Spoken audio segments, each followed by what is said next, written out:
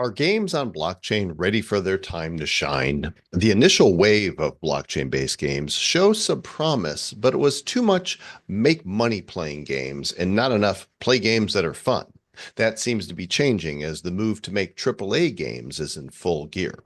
Today, we welcome DG from Astra Nova to the program to show how mainstream adoption of blockchain-based games is already happening. And we'll show you exactly what they're working on, which gamers could find quite impressive. Let's pew pew with both barrels on today's episode number 775 of the Bad Crypto Podcast. 5, 4, 3, 2, 1, 0, ignition. Who's bad?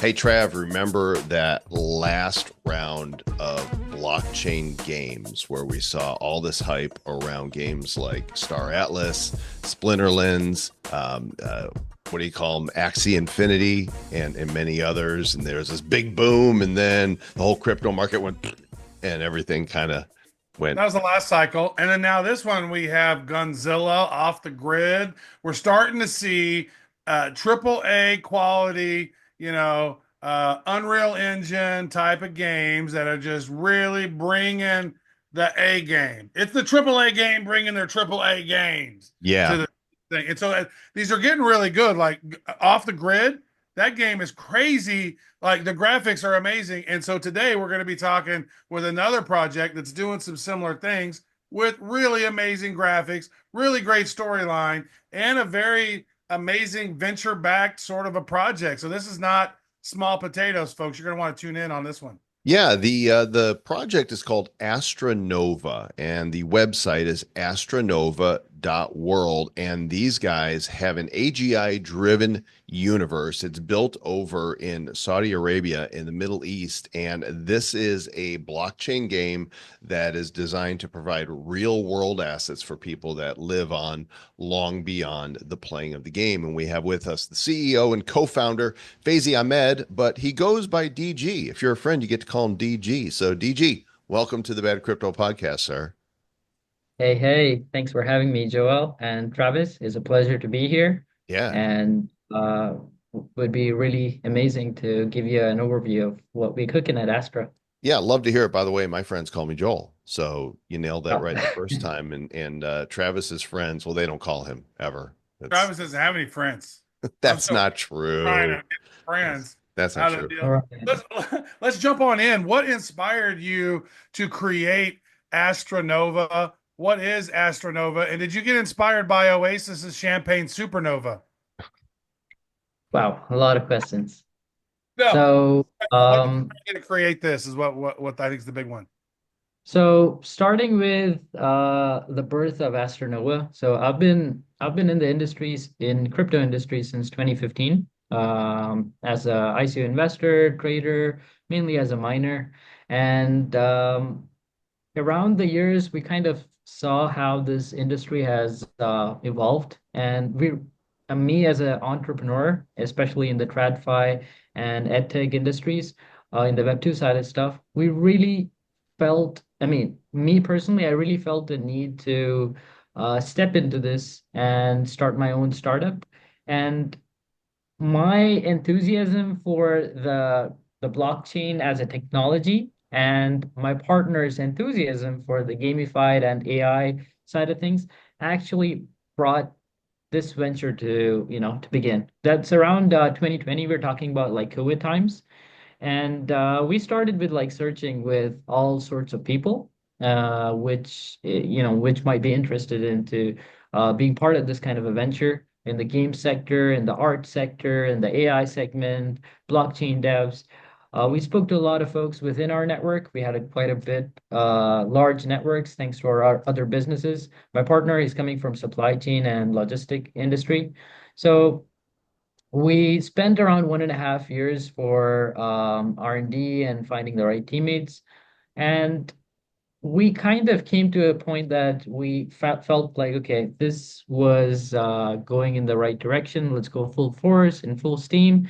And we went with the idea to create a multimedia empire from Saudi because we felt there was a demand for localized products, especially from the Middle East. There was a lot of demand. You know, when you look at localized products, it's in demand if it's put out in the right format. So that's what we saw, and we wanted to cater to a wide array of users. So we went from serious gamers through the AAA game, which we are building, which has a lot of Middle Eastern aspects, and then we have a casual game which we're developing on Telegram. It's a PvP game for more of the casual gamers. We have a webtoon for catering to a lot of the web comics lovers, you know, manga or webtoon, those kind of guys. And last but not the least, right now we're working on a massive AI platform, which allows creators to make their own game, promote it, and monetize, both from a creator perspective and also from a user perspective to earn real world rewards by actually participating in these games or creating them as they wish. So Astra Nova is a lot of things. I want to take a look here. You've got a 1 minute teaser trailer on the site for the Fall of Sorinda. Let's take Oh, a yeah. quick look at this here. The Our fate Shades of of our Ben world wasn't really love left to it. chance. It was left to us. From the dark of the cosmos, an ancient evil awakens. Striking from above and within.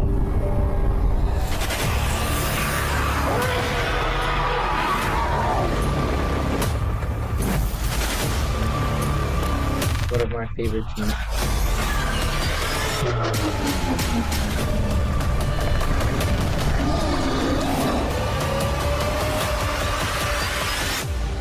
Our fight for survival has only begun.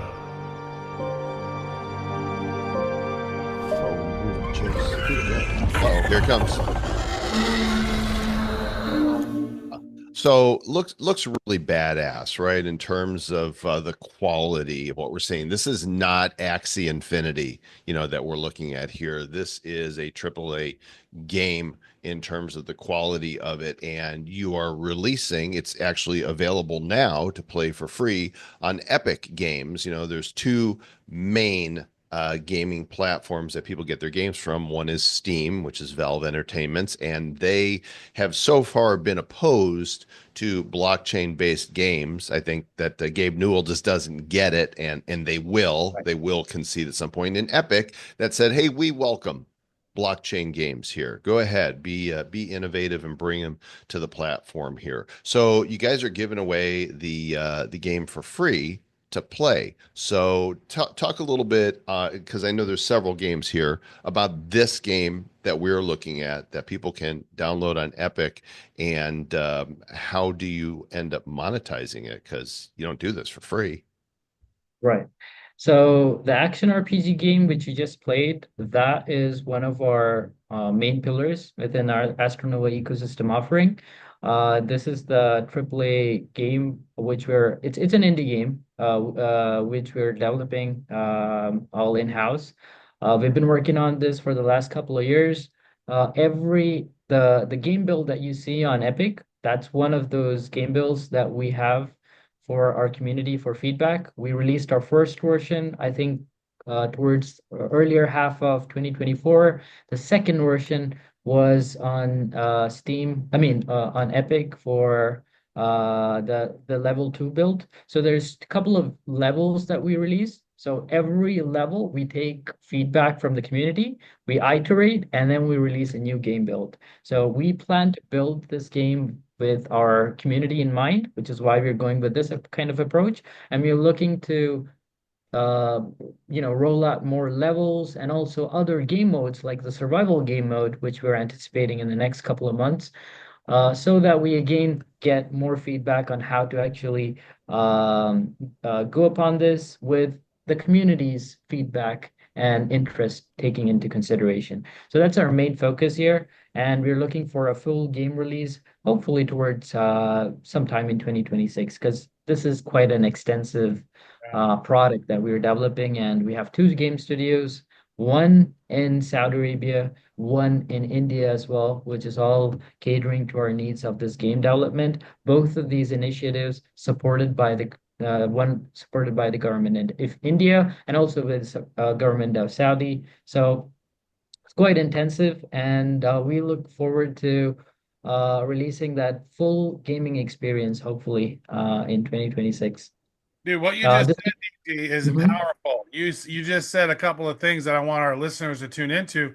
They have the backing of the Indian government and the Saudi Arabian government. Like, dude, does that tell you something? And I notice if you go and do research on your team, it looks like you guys have a team of 80 plus veterans from like Nvidia, Ubisoft, Rockstar, the creators behind GTA 5, Mortal Kombat, Assassin's Creed. So you guys are doing some really big stuff with a really big team. And you're also talking about how you're powered with AI. And so I'm curious, can you elaborate on the team a little bit and then also elaborate on the AGI?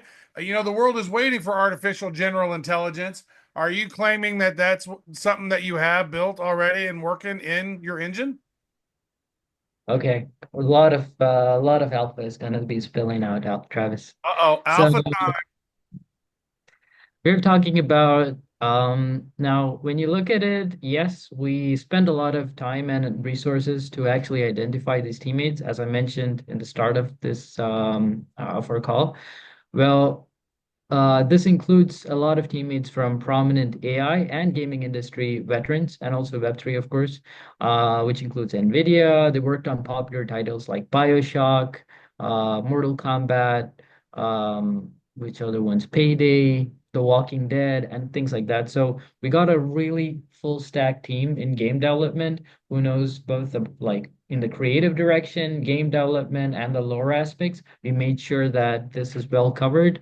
In fact, our CSO and Chief Creative Officer, Ben, is the one who leads all of these creative decisions within our organizations. He was part of several, he was employed as a strategy director for several major corporations like for instance, he was a CSO for Coke and also Madwell, the toy company. So there's plenty of other high-profile ones which he's associated with, and so yeah, he leads that. Now, when you're coming to the AI aspect, I would like to clarify that what we're building at Astra is it's an AI entertainment ecosystem. So yes, we do have this game which we all spoke in Epic Store and all, but we're not limited as a game itself. So we're creating that ecosystem, and what you're looking at in this screen right now is that one of those big platforms that we're building, this AI-powered Web3 game platform. Now, this is going to be something which will be announced in the next couple of weeks. Uh, which includes the strategic partnership that we have with one of the Fortune 500 companies, which is our tech partner.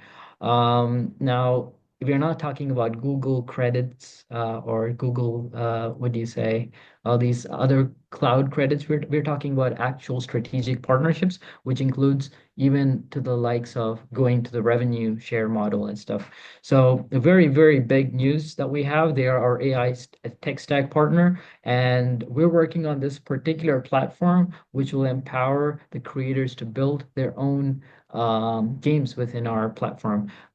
So, I mean, in a nutshell, think Pump Fun meets Roblox. Yeah, I That's saw what we that and I thought, well, that is an interesting, mashup right there. By the way, this is in the white paper. You can find the links to the website, it's an white Easter paper. egg, and this is a special aspect which is only being discussed in this podcast. So, yeah, there you go. Nice. There's the alpha for you guys. All the links to all of this is in the show notes at badco.in/775. Pump Fun meets Roblox. Accessible, fun, community-driven games powered by greed, competition, and hype. Well, greed has driven a lot of the crypto world, but the games that have tried to date so far that have just taken that angle, they've not succeeded. But when you put actual competition and real hype, a real game, because it's the contention that games must be fun to play first and foremost, and it appears that that is the approach that you guys are taking. For sure. And our technical capabilities to actually produce, quality games and competitive games is what complements the AI tech stack partner. So this platform is going to be something we think is going to be something revolutionary in this industry. And yeah, you're looking at the Easter egg, which we have in the white paper. I don't know how you came up into this particular section itself, Joel. It's very very coincidental. I'm sniffing But it out because I'm a gamer, and just like this looks like there's something here. Yeah. I want to ask there about is, I want to ask mhm. about the AI and how you guys are integrating this with Wait, Trav, he was revealing the Easter egg. You didn't oh, let him tell you what the Easter egg oh, was. okay, that's good. Go ahead. I'm sorry. Reveal the Easter So egg, sir. this was the Easter egg. And now, when you look at the other ecosystem products in particular, we have AI implemented in various forms. So one of them is our AI NPC agents, which makes our action RPG very unpredictable and replayable, infinitely replayable. So this is one of those core aspects, which is something unique in an indie game, which we think is going to be one of those biggest unique factor, which by watching play walkthrough or something on YouTube, you can't just expect to finish our RPG game. You need to actually play it. But depending on how they interact with the NPCs, the quests are tailor-made to the user. So most like you will have a 99% unique playing experience for each of the users unless they like repeat exactly the same as another one, but that's very, very unlikely. There is bound to be some differences. So that's one aspect that we have for the action RPG itself. Now for the rest of the ecosystem, we have for our loyalty and questing platform, the rewards are catered to the user based on their previous on-chain experiences, or whether it comes to the like where the region and the location and stuff like that. So the AI basically suggests and does stuff. This is for our Black Pass, our questing platform. This is going to be an upcoming update that we roll out. Then we have our AI-powered UGC platform, which is pretty much how we get our community's feedback to aspects like even the action RPG game which we release. If folks think like we want to have different kinds of assets or fan fiction, we have different sorts of competition. They participate. We take those different kinds of assets into consideration. People vote, and if it's really, really good, we actually integrate it to that actual game or pipeline. So that's what we have an approach for the UGC platform. This is in partnership with Playmakers. This would be rolled out very soon. And then we have our webtoons. This is also having certain aspects of AI, including um, some of these brand IPs that we collaborate to create the comics using AI. So this is something of a beta phase that we are testing. Right now, we're working on one of such comics in collaboration with Shiba Inu. This is going to be released very, very soon. Shiba Inu is one of our strategic partners. We go a long way with them, and well, yeah, we're very excited to have that webtoon comic coming to light in the next couple. We can expect that in the next month itself. It's beautiful. And coincidentally, that was my question. I was going to ask about AI and the NPCs because I had noticed that as well. And I was like, that's always a really interesting thing because you never know what that NPC is going to say to you within its own sort of thing. So let's ask about the your integration with Unreal Engine 5. Like, because these graphics look really great. You you have some amazing partners. I mean, literally, if we're looking at this from an investor perspective, and you're seeing, I see only green flags, not financial advice, but I'm seeing green flag, green flag, green flag, green flag. Now, tell us a little bit more about that advanced AI with the Unreal Engine and how that works, because it seems to me that's the kind of the future of how indies are going to be partnering and being able to compete against these AAA studios. Right. Much of this has stems with how this gaming industry is at the moment. If you look at the AAA game studios, the big names, many of their titles are failing. We're just recently Assassin's Creed was marked very much down as a failure. Unfortunately, one of my favorite games in my childhood, but we're seeing this more common nowadays, and at the same time, we're seeing a rise of indie game studios. The usage of AI for us and even for the indie game studios in a broad sense is kind of similar, because for us, especially, it's thanks to our partnership with NVIDIA, because of us being part of NVIDIA Inception program. As an Inception partner, we get access to a wide variety of AI tools and services, which helps us in the asset creation, the game product, and the game map creation, and a lot of these procedural generations, which takes a lot of these computing powers and GPU powers, which is pretty much offset thanks to our partnership. And when you're looking at even the LLM models and all that, which you need for training these NPC dialogues and even the quests and stuff, this is all thanks to our partnership with NVIDIA, which pretty much gives us that access to that GPUs and AI tools, which really helps as an indie game studio. Because actually managing all these budgets without AI is very, very difficult if you want to compete on the AAA standards.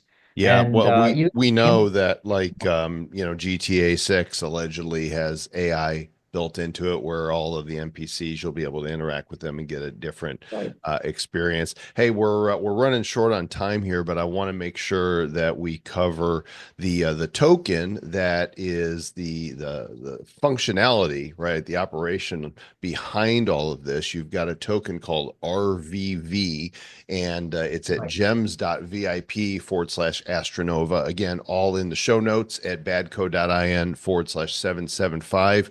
And you are doing round sales right now. So talk a little bit about how the token works within the ecosystem and how people can do their due diligence. And if they choose to invest, this is how they do it. Right. So, for us, the RVV coin is the life and blood for our ecosystem. All of these ecosystem aspects, including subscriptions for comics, ranging from upgrades within our Telegram game, from purchasing assets on our marketplace to upgrade your character, or even your AI agent within our action RPG game. All of these are powered by the RVV coin, the Revive token, and we see that as also a currency which is going to be used as a subscription and a payment model even within our AI platform. So there's everything that we build and we have already developed and even will build in the future from our studio, Rogue Sentinel Studios, is pretty much going to be powered by this token. So there's a lot of utility, which spans from the action RPG game to the casual game to even webtoons, like the subscription model, the Patreon model I mentioned, which all gets powered by this. And at the moment, we have this opportunity for letting our community in, as you can see on the screen. And we wanted to be a community first project, which is why we made sure to open this roundup for our community members. And yeah, you can see all the details on the pre-sale page. Very nice. Excellent. Yeah, RVV. Why that particular name? Why not like Nova or something? What was the thought process behind naming it that?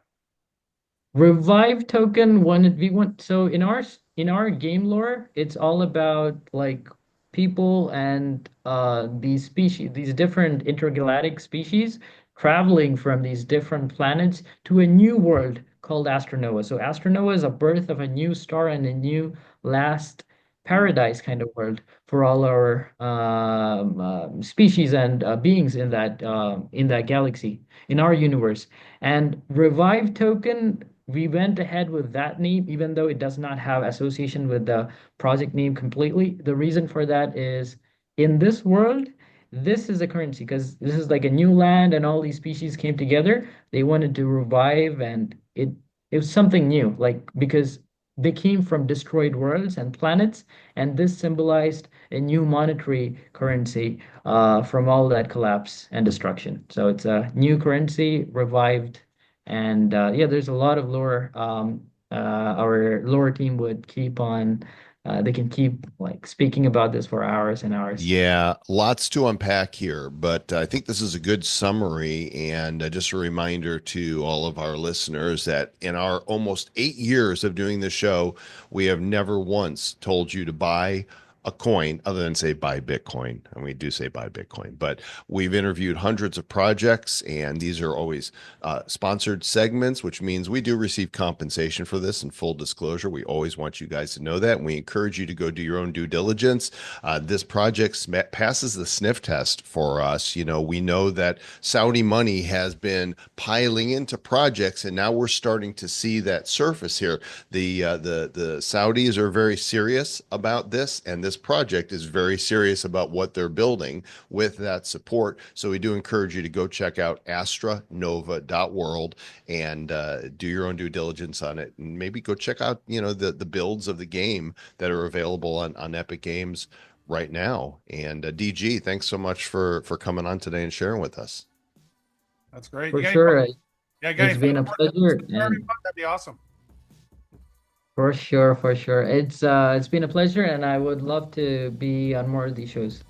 And So as love it. always, we appreciate all of you out there watching, listening, implanting directly into your brain this podcast. You know, you could even find an old iPod, stick it under your pillow and listen to us so you can dream about us. And make sure that you do subscribe, review, share with a friend, tell your dog, and we'll catch you on the next episode. Until then, stay bad.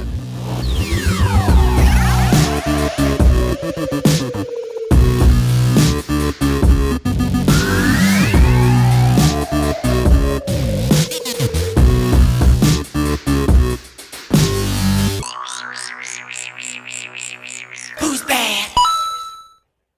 The Bad Crypto Podcast is a production of Bad Crypto LLC. The content of the show, the videos, and the website is provided for educational, informational, and entertainment purposes only. It's not intended to be and does not constitute financial, investment, or trading advice of any kind. You shouldn't make any decisions as to finances, investing, trading, or anything else based on this information without undertaking independent due diligence and consultation with a professional financial advisor. Please understand that the trading of Bitcoins and alternative cryptocurrencies have potential risks involved. Anyone wishing to invest in any of the currencies or tokens mentioned on this podcast should first seek their own independent professional financial advisor.